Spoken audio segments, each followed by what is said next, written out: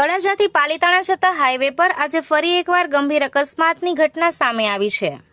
મળતી માહિતી મુજબ મહુવાના રહેવાસી જયદીપભાઈ અશ્વિનભાઈ બાઇક લઈને પસાર થઈ રહ્યા હતા ત્યારે અજાણ્યા વાહન ચાલકે તેમને અડફેટે લેતા ગંભીર ઇજાઓ પહોંચી હતી। અકસ્માત બાદ સ્થાનિક લોકો તરત જ મદદે દોડી આવ્યા હતા અને 108 એમ્બ્યુલન્સ મારફતે ઇજાગ્રસ્તને તાત્કાલિક તળાજા હોસ્પિટલ ખાતે સારવાર અર્થે ખસેડવામાં આવ્યા હતા। સ્થાનિક લોકોમાં આ અકસ્માતને લઈને ભારે રોષ જોવા મળી રહ્યો છે। લોકોનું કહેવું છે કે તળાજા પાલીતાણા હાઈવે લાંબા સમયથી અત્યંત વિસ્માર હાલતમાં છે, જેના કારણે રોજબરોજ નાના મોટા અકસ્માતો સર્જાઈ રહ્યા છે। અનેકવાર રજૂઆત કરવા છતાં રોડનું યોગ્ય સમારકામ કે નવીનીકરણ કરવામાં આવ્યું નથી।